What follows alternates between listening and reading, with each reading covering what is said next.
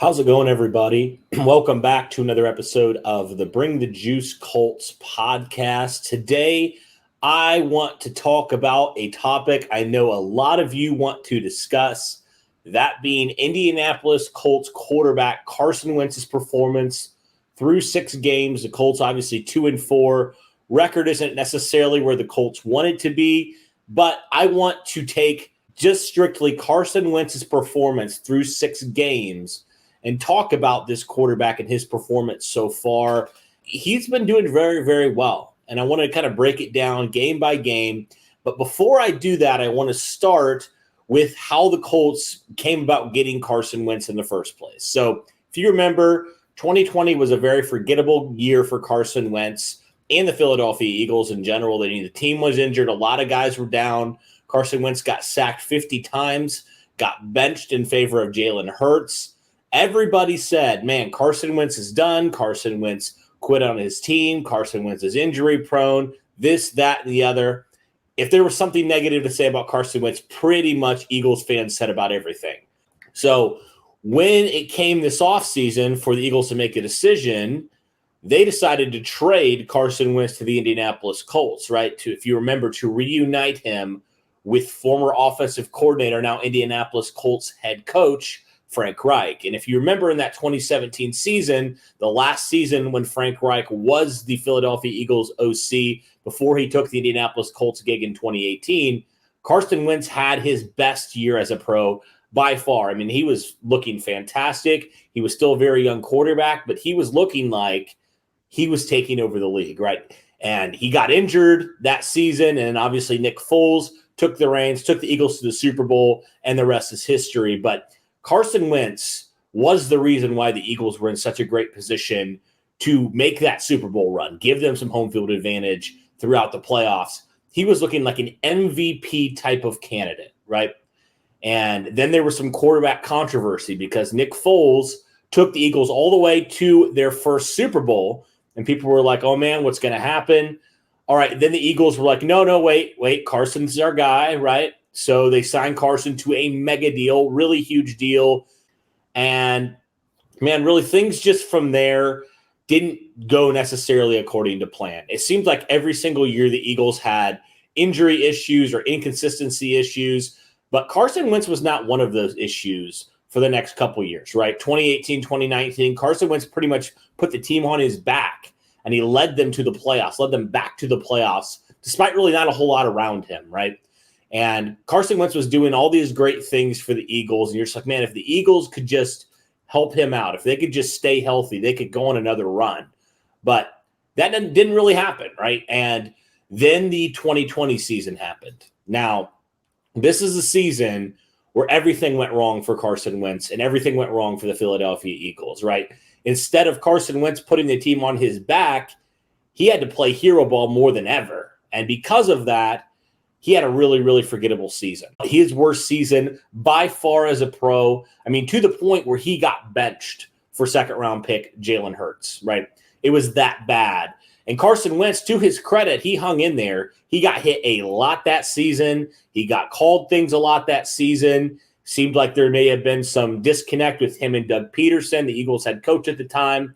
There was all these question marks about Carson Wentz. So when the Indianapolis Colts came calling in the 2021 offseason, after Phillip Rivers hung it up, the Colts decided we need to figure out more of a long-term solution at quarterback, right? Because if you remember, ever since Andrew Luck retired, the Indianapolis Colts have been searching for their next franchise quarterback. So after Luck retired, they had Jacoby Brissett for a season. That didn't end up working out. And then they obviously had Phillip Rivers in 2020, who was more of a stopgap solution only for 1 year. Phillip Rivers decides to hang it up after one season with Indianapolis.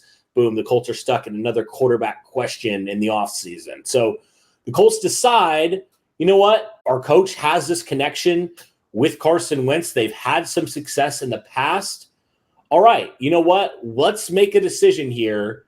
It's weird because the Colts were not in a position to go get one of those top quarterbacks. Now, you could make the argument they could have traded up, but the Colts were far enough down in the draft process where all those top-tier quarterbacks that went early were not really in the Colts' reach at that point. So the Colts had to make a decision to go and try to improve at the quarterback position, not just for a year, but this is a long-term solution. The Colts are locked in to Carson Wentz at least for the next 2 years. That was kind of the understanding, right? So it wasn't just going to be a 1-year trial with Carson Wentz. It was going to be a 2-year trial. And if that goes well, then they would continue, So there was a lot of questions around Carson Wentz, a lot of questions with his mechanics, a lot of questions with, is he mentally done? All these things that people were asking, and we were asking too as fans. And obviously when Carson came to Indianapolis, it seemed like there was still drama happening, right? There were still things happening with Carson Wentz. He got injured on a non-contact play. He was out all the preseason, most of training camp. So Carson really didn't get an opportunity with his wide receivers, with his offensive line, with his team to really gel, right? He didn't get that. Like most teams have that entire summer and 4 games, I guess 3 games now, to figure things out on offense. The Colts didn't have that luxury this year because Wentz got injured. He got put on the COVID list for a week, so things were set back further and further. But Wentz was good to go for the week 1 game against the Seattle Seahawks. And that's where we're going to kind of dive in today to Wentz's first 6 games. So first game of the season, the Indianapolis Colts lost to the Seattle Seahawks by a score of 28-16. But Carson Wentz looked pretty good, for not having any preseason, not really having any action, being hit an absolute crap ton in that game. I mean, Carson Wentz got sacked 3 times. We got hit a crap ton more. He looked really good. He was 25 of 38. That's about a 66 completion percentage, 251 yards, 2 touchdowns, no picks. All right, we feel pretty good about Carson Wentz there, even though he got hit a lot, even though the rest of the team really didn't come around him and help him out that much in that game. We're still some things with Carson Wentz that he needed to clean up, but we felt pretty good about it, right? Well, we move on now to week number 2. Everybody said this is the week that the LA Rams are going to just expose Carson Wentz for what he is. A lot of people who hated Carson Wentz said those things. I remember I have receipts for what people were saying about how Carson Wentz was going to just be absolutely terrible against the Rams. And that wasn't the case at all. Carson Wentz was absolutely stellar against the Rams. He was 20 of 31, 247 yards, a touchdown, a pick. Now, the pick really was a weird play. It's Carson Wentz's only interception of the season so far. But that pick was just such a weird play where Aaron Donald blew it up. I think he blew it up and Carson Wentz just expected Jack Doyle to be there. And so it was just kind of like, you know what, that's just Aaron Donald being Aaron Donald. So I didn't really hold that against Carson Wentz so much. But he looked pretty good, right, against a Rams team that a lot of people would consider Super Bowl contenders, one of the top teams in the NFC. Okay, there's a lot of room for optimism. But in that game, Carson Wentz got hit. He actually hurt both of his ankles. Both of his ankles in that game. Aaron Donald hurt both of his ankles in that game.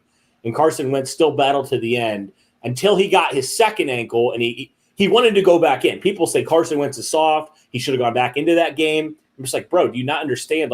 They literally would not let Carson back in that game. He wanted to go back out there, but they said, no, Carson, you cannot go back out there. You are not in a place right now physically where you can go help the team. Jacob Eason goes out there cold, throws a pick. The game's ended. I truly believe if the Colts would have protected Carson Wentz properly in that game, the Colts would have undoubtedly gone down and at least tied that game, potentially won that game. I really believe they were because Wentz was cooking in that game. He looked really, really good. And the Colts offense was thriving again. But Wentz gets injured, right? There's a lot of question marks. All right, is he going to play in week 3 versus Tennessee? Is he going to play? Didn't really practice all week. But Carson Wentz, to his credit, probably shouldn't even have done this. But he gutted it out and he played. And it was pretty clear that he shouldn't have been out there. It was by far his worst performance of the season. 19 of 37, 194 yards, no touchdowns, no picks. He just didn't look quite himself, right? He couldn't scramble and make the crazy plays like he had done before. But, he was playing injured. He was gutting it out. He was showing his leadership through playing in that game. I guarantee you about 90% of quarterbacks wouldn't go play that game. But Carson Wentz is as tough as they come. He's as tough as nails. And I think he deserves credit for going out there and doing that. Was it the smartest decision? I don't know, man. Looking back at it, probably not. But I think that really spoke volumes to his teammates, that he was willing to go out there and gut it out when he wasn't 100%. And I really think that spoke volumes to his team. All right, so we move on. Carson Wentz gets a little bit more healthy after that game, right? He gets his ankles start feeling a little bit better. And then the next 3 games, Carson Wentz has a stretch. And he just coming off of this last game yesterday, Carson Wentz has had a stretch where he has been absolutely stellar with the Indianapolis Colts. Absolutely stellar. I mean, let's look at these stats real fast. So the first game that Carson Wentz had was against Miami. And this is where the Colts actually got their first win, right? The Colts were 0-3 up to that point. People are like, man, what's wrong with the Colts? Let's just throw in the towel. Carson Wentz is injured. Just bench him. Let's just be done. Let's move on to next year. Well, Carson Wentz said, no way. We're not letting that happen, right? And he went out and he had a really, really good performance. 24 of 32, 228, 2 touchdowns, 115 quarterback rating. Nice bounce back game from that Tennessee game. And I thought he looked really, really good in that game. He showed, man, on one of those plays, I believe it was to kind of seal that game in Miami officially. The Colts won by double digits, but this was kind of just to ice the game. Carson scrambles out to his right. There's a defender coming, and he basically just does, and sorry to bring back some old memories, but it was very Andrew Luck-like in avoiding the sack and going and extending that play. And you look at that and you're like, that is exactly why the Indianapolis Colts traded for Carson Wentz right there. He can do those plays. Phillip Rivers, as much as I love the guy, he could not do plays like that last year. He would have been sacked there, right? The game could have gone completely differently if that happened. But Wentz just offers this completely new element to this Indianapolis Colts offense. And then you move on to the next game against Baltimore, a team that's dang good right now, a team that just completely shut down Justin Herbert and company yesterday.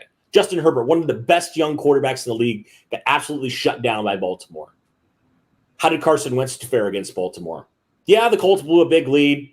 Yeah, that was a very embarrassing game defensively, but Carson Wentz was dang near perfect in this game.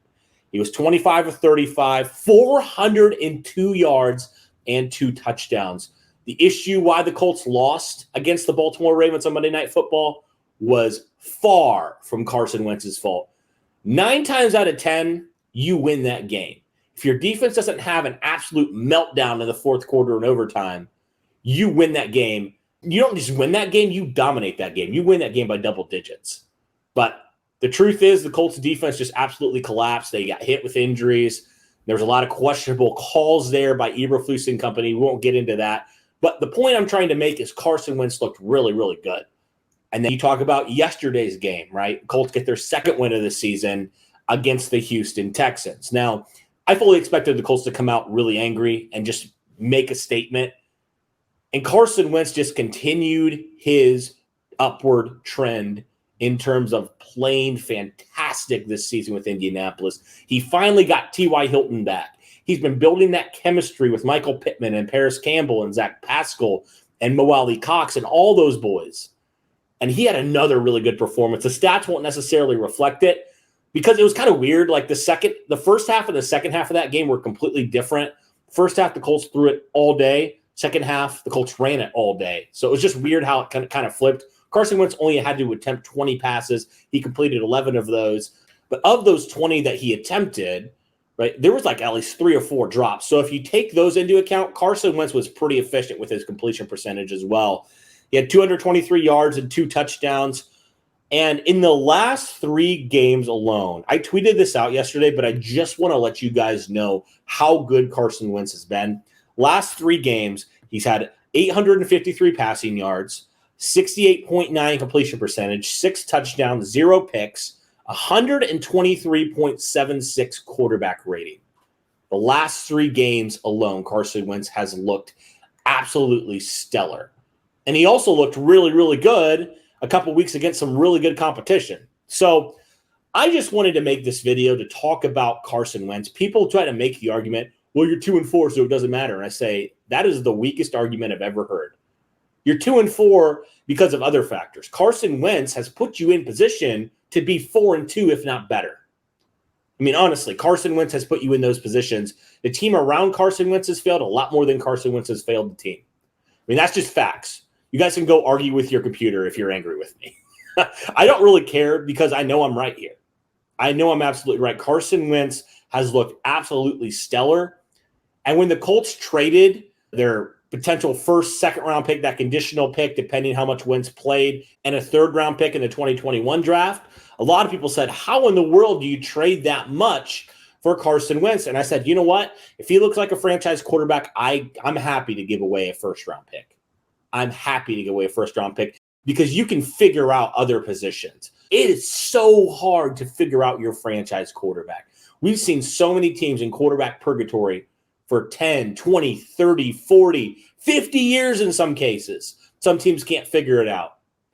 And the fact that Carson Wentz has looked as good as he has, even though a lot of times he hasn't had the support, he's been hit a lot, it hasn't had a run game sometimes, he's had some drops, his defense has failed him. Carson Wentz, I think this is fair to say, he has been one of the best players on this Colts team this year.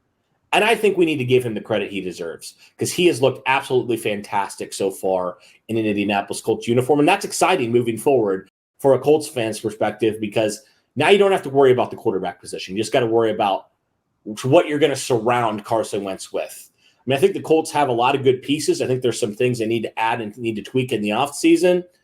But I really do feel like if you can figure out the quarterback position, everything else will kind of fall into place. And Carson Wentz, especially over the last 3 weeks, he has looked like one of the best quarterbacks in the league, and I think that's fair to say. But what do you guys think? Do you agree with me? Do you think Carson Wentz deserves more credit than he's getting?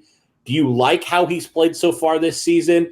Let me know all your thoughts. I know there's probably going to be some Eagles fans who are in here going to be toxic, so I just await your anger and you're trying to justify how bad Carson Wentz is. Bring it on. I'm not scared.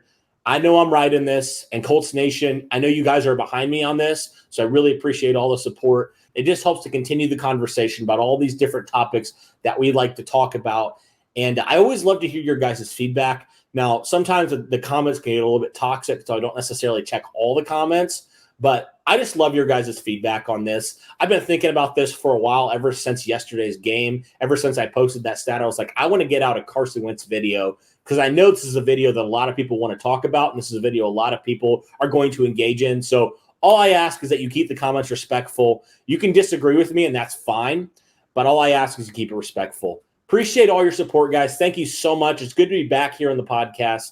And as always, guys, go Colts.